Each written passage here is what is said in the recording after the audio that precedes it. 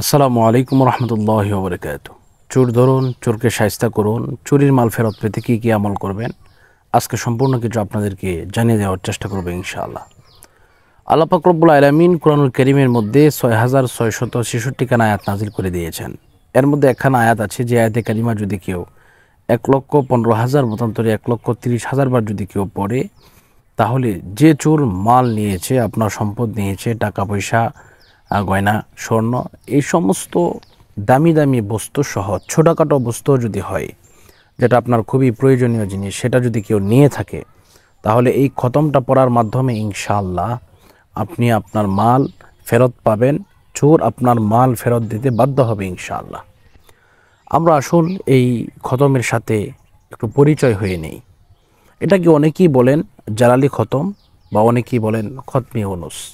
এই খতমি ইউনুস যদি কেউ ১,৩০,০০০ বার যদি কেউ পড়ে, ইনশাআল্লাহ যাদের সময় আছে তারা, আমি নিয়মটা পড়ে বলে দেব, এই নিয়মে পড়ে নেবেন। আর যাদের সময় নাই, ইনশাআল্লাহ আমাদেরকে বললে ডেসক্রিপশনে নাম্বার দেওয়া আছে, ফোন করলে ইনশাআল্লাহ আমরাও আমাদের ছাত্রদের মাধ্যমে পড়িয়ে দেওয়ার চেষ্টা করবো ইনশাআল্লাহ। তো নিয়মটা একটু বলে দিচ্ছি। যারা বাড়িতে পড়তে চাচ্ছেন বা পড়তে পারবেন, তারা এভাবে পড়বেন। প্রথমে ওযু করবেন। ওযু করার পরে সুন্দরভাবে আপনি ভালোভাবে পবিত্রতা অবস্থায় আপনি জায়নামাজের মধ্যে বসবেন। বসার পরে এভাবে এক বৈঠকে, মানে এক বসা অবস্থায় আপনি ১,৩০,০০০ বার পড়বেন আপনার ফ্যামিলির লোকদেরকে নিয়ে। তো প্রথমে সূরা ফাতিহা একবার, এরপরে সূরা ইখলাস ৩ বার, কয়েকবার দরুদ শরীফ পাঠ করার পরে এইভাবে পড়া শুরু করবেন, লা ইলাহা ইল্লা আনতা সুবহানাকা ইন্নী কুনতু মিনাজ জালিমিন।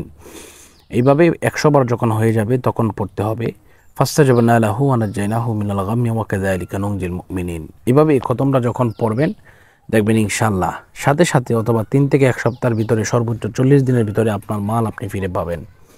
তো আমি একটি ঘটনা আপনাদেরকে শেয়ার করতে চাই। তা হচ্ছে, আমার নানা একজন মসজিদের ইমাম সাহেব ছিলেন। তো ওনার সাইকেলটা মসজিদ থেকে চুরি হয়ে গেছে। তো উনি ওনার ছাত্রদেরকে দিয়ে উনি তৎক্ষণাৎ এই খতমটা পড়ে দিলেন।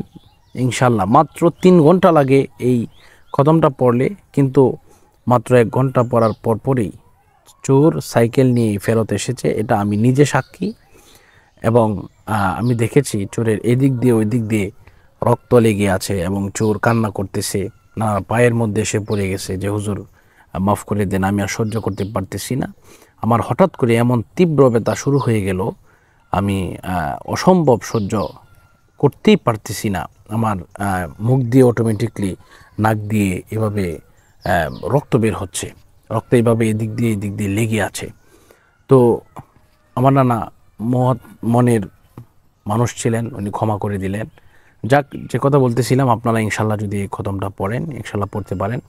আর যদি না পারেন, ইনশাল্লাহ আমাদেরকে বললে আমরা ইনশাল্লাহ পড়ে দেবো ইনশাআল্লাহ। তো আল্লাহ পাক আমাদের সকলকে কবুল করুন, সকলের মনের আশা পূরণ করুন। এ পর্যন্ত বিদায় নিচ্ছি। আসসালামু আলাইকুম ওয়া রাহমাতুল্লাহি ওয়া বারাকাতুহু।